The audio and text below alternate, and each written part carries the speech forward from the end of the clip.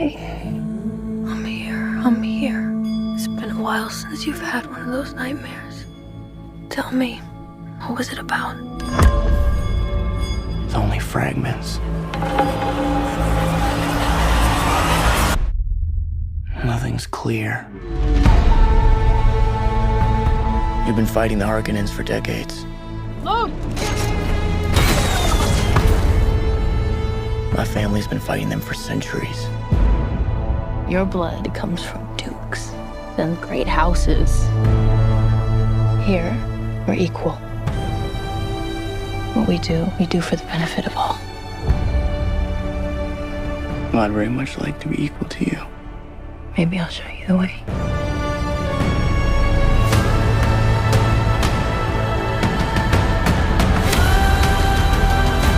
Deal with this prophet. Send assassins. Fade Rother. He's psychotic.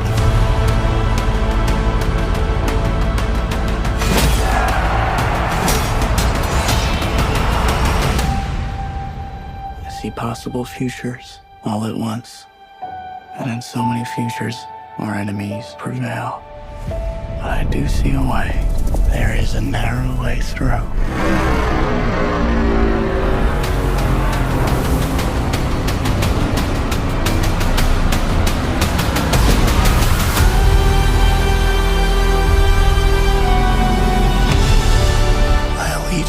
Is to you. Do you believe me? This is a form of power that our world has not yet seen. The ultimate power.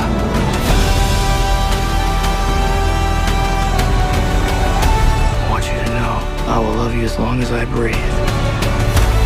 You will never lose me as long as you stay who you are. Consider what you're about to do, Paul Atreides. Silence!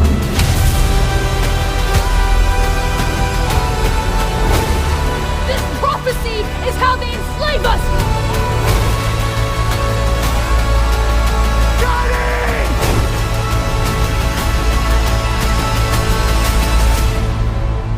You are not prepared for what is to come.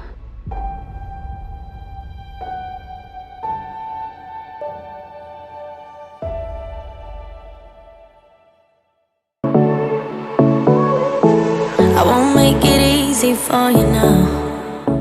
Hey you guys, and welcome back to the channel. First of all, I am so sorry that I have not been here recording videos and doing practically anything on the profile for the last while, because unfortunately life has been lifing. I did not expect to basically get hit by a 3-for-1 combo between allergies, asthma, and I think the flu came to try to take me out on the first half of February, and then my dog got sick the second half of February, and I'm just this is just some disrespectful shit on Black History Month of all time. But that being said, I'm definitely going to be coming back to, obviously now making more videos. And I think I'm going to start this little thing where I do shorter videos. Because you guys know, normally I post out for 45 minutes to an hour. But I'm going to try maybe do these little mini reviews and something like that. Tell me if it's something that you guys want. But anyway, let's get into this, shall we? So yesterday, me, my sister, and some friends went and saw Dune 2. And first of all, they just need to give Hans Zimmer his flowers with everything. I'm actually going to do a more in-detailed review on Dune 2 a little bit later, but I want to touch on some of the things that really stuck out to me, and also touch on some of the controversies I know Dune, the whole basically Duneverse, some people call it, on how a lot of people claim it's, it's culture appropriation, very insensitive to indigenous cultures, and honestly, it took me a while. My sister had to actually get me to read the Dune books over again, and I had to do some more research. And I think, honestly, the whole Dune series is perfectly, how do I explain it? The whole white savior trope. I'm pretty sure if you're black, brown, whatever, you know what the white savior trope is. And I really believe that Dune is basically it flips on its head. That's the best way to explain it. It basically shows that these are white people, obviously, using indigenous cultures for their own benefit, which I will get into when I do my full breakdown of Dune and everything, about how, for example, the Bene Gesserit are the ones, not my dog, but like the Bene Gesserit, like the space witches, basically are the ones that are responsible for this whole like Messiah rumor going around, this whole Messiah prophecy. But they did it for their own benefit. How they basically had like eugenics, like they basically had a selective breeding program to bring this Messiah out, which is 50 shades of fucked up. Like, we're not going to act as if that was not. And then you have like, you know, like this obviously white guy coming in with his mother, coming in and using the prophecy that his mother's people made to control other people, to, you know, to control the black and brown people, and twisting that for their own benefit. And I was honestly talking about it with my sister, and after going back and looking at the books, which I'm probably going to reread again. I have dyslexia, so small print really takes me a second to read. I'm probably going to have to get like the audiobook or something. But I really liked it because it sat and made me think. Like, it really made me sit down and think. So like, it really made me sit down and think on how Paul, technically speaking, he should be the hero. You know, he's, well, I guess you can say, technically speaking, he's the reluctant hero. He basically is the product of the selective breeding program by his mother's people. And he, in the beginning, seems like he doesn't want this power. Though, if you know what happens later in Dune, especially Children of Dune Messiah, and what happens way after, you know that there were several times that Paul could have strayed from the golden path, which, by little spoilers, which is basically like the true path, or at least what he believes is the true path. There were several times where he could have strayed from that or made changes, but he chose not to. And after talking with my sister, we basically came to the conclusion of, and this is going to probably sound a little bitter to some people, that Dune is basically telling and showing right on the nose what happens when white people get the power that they use to, you know, definitely inflict pain and suffering on, you know, black and brown people, get power that they could use for good, but choose not to. Like, let me explain. There were, like I said, there were several instances where Paul not pretended, but tried, air quotes, to do the right thing. Like, for example, when he knows that by going south, he's going to not be able to stop what happens, which is not exactly true. There were, like I said, there were several instances where Paul going south, he could have stopped it.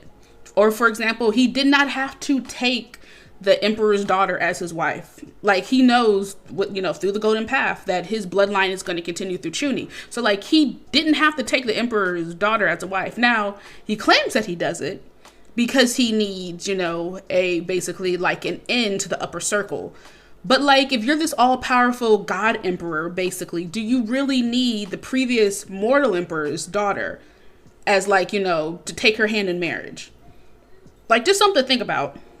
And then not only that, but like, this interpretation of Chani, I'm definitely have to go back and reread, because I read this one review where people said that Chani in the books was very subservient to Paul. Meanwhile, this Chani is not afraid to kick his ass, which I love Zendaya, stan her. Which, by the way, I'm definitely going to talk about Chani in like my larger video, because there were some problems I did have, but not a lot. But then also, I would say her relationship with Paul is a little bit more complex in this iteration than it is with the books.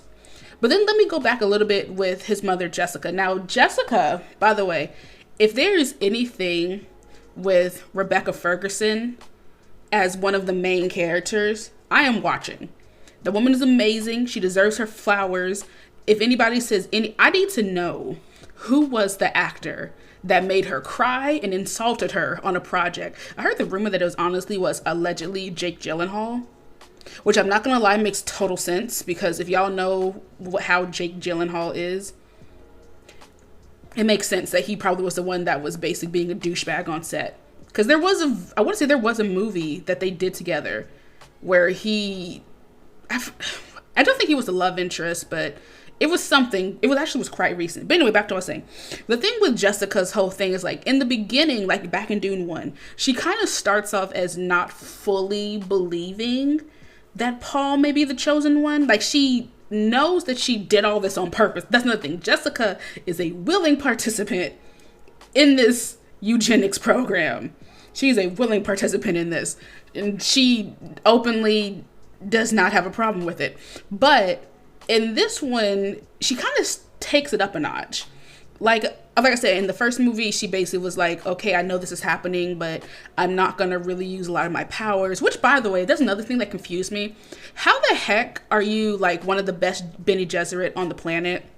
Your mother is the Reverend Mother, and you just, like, you don't really use your power.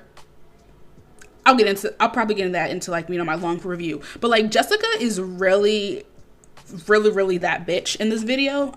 Inside this movie, because she actively and openly says that she needs to convert people. She needs to use these people, these black and brown people, to make her prophecy that her people made to control people come true. She becomes an open participant. She starts dressing like like this culture. She starts speaking their language a lot more. I want to say there's, like, after she fully becomes their Reverend Mother, she kind of, like, stops speaking, I guess, English, I guess you can say. I don't know what the actual language is in this word, but she only speaks with Paul. But then everywhere else, she speaks, like, the Fremen language. And there's several times, even when she's talking with Paul and with, her unborn child, that she's speaking the Fremen language, which is if you know your history of, white people taking indigenous languages, their culture, their food practices, all of that in order to fit their own aesthetic. We kind of also see that today.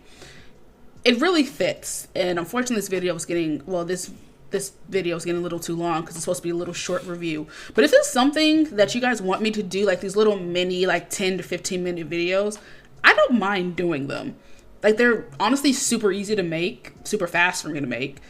And they'll give you guys little updates with what I'm doing. I think I probably will. But anyway, before I forget, my next full video is going to be about Shogun, this great TV series, episode 1 and 2. Next I'm going to do a video about Hazbin Hotel, which a lot of people have requested that I do that. I'm sorry that I'm just now getting to it. But I'm going to do Hazbin Hotel, the live action Avatar Last Airbender series, which my sister and I are basically going to war about if it's considered good, bad, or just mid. I'm a part of the fan club where it's mid. Mid because I firmly believe that if they made a live action Kyoshi, Yangchen, or Korik series, it would make a lot more sense rather than doing Aang's story, or even like I'm not gonna lie, even Roku's story, it wouldn't even really be that interesting.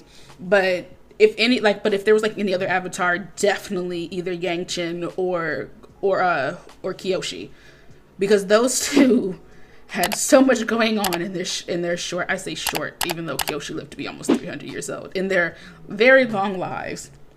And then don't forget, I'm also going to do my rewrites of my about House the Dragon episode 1, which will be dropping this weekend. And I'm going to do basically for the rest of the month, I'm just going to have that accompanied with my regular video. But that's what we have. That's what we have so far. I'm definitely have to make some more notes. I have decided to go back to writing scripts rather than my long crazy rambles, because I think having scripts definitely keeps me more focused and more I know what I'm talking about versus just my long senseless rambles. But anyway, thank you guys for watching the video, and I will talk to you guys later. Bye. I won't make it easy for you now. You got 2 minutes of my time, and I don't really break too easily, but I'm worth it, 'cause I'll slip into your dreams tonight. Oh.